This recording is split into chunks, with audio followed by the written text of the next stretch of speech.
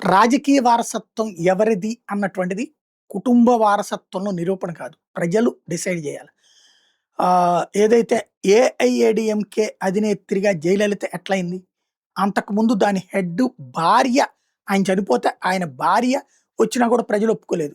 జయలలితే ఆ పార్టీకి సరైనటువంటి నాయకురాలు అనుకున్నారు. ఆమెనే అనుకున్నారు. ఆ మొదట వ్యవస్థాపకుడి భార్య ఆ తర్వాత రాజకీయాల నుంచినే పక్కకి తప్పుకుంది.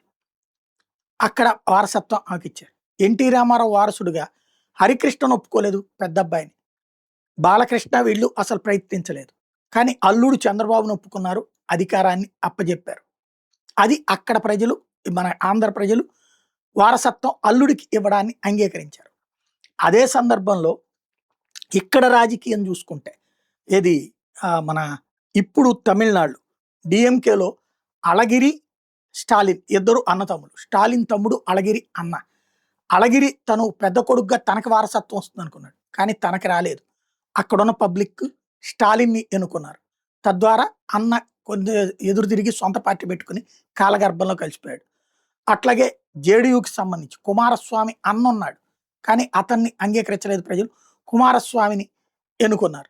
ఆ తర్వాత ఆ పార్టీ సాంతం దాదాపుగా దెబ్బతిని ఇప్పుడు బీజేపీతో కలిసి అది బ్రతుకుతోంది. బట్ కుమారస్వామిని దేవగౌడ వారసుడిగా చూశారు. ఇప్పుడు అట్లాగే ఏదైతే బీహార్లో లాలూ ప్రసాద్ పెద్ద కొడుకుని చూడలేదు. తేజ్ ప్రతాప్ యాదవ్ అతనుండగా తేజస్వి యాదవ్ సరైన వాళ్ళు అనుకున్నారు. తేజస్వి యాదవ్కే ఇచ్చారు. ఇప్పుడు కూడా తేజస్వి యాదవ్ కూటమిగా లేదా పార్టీగా 25 సీట్లుగా పరిమితం కావచ్చు, కానీ ప్రధాన ప్రతిపక్ష స్థానం వచ్చినట్టే 10% సీట్లు వచ్చినాయి కాబట్టి.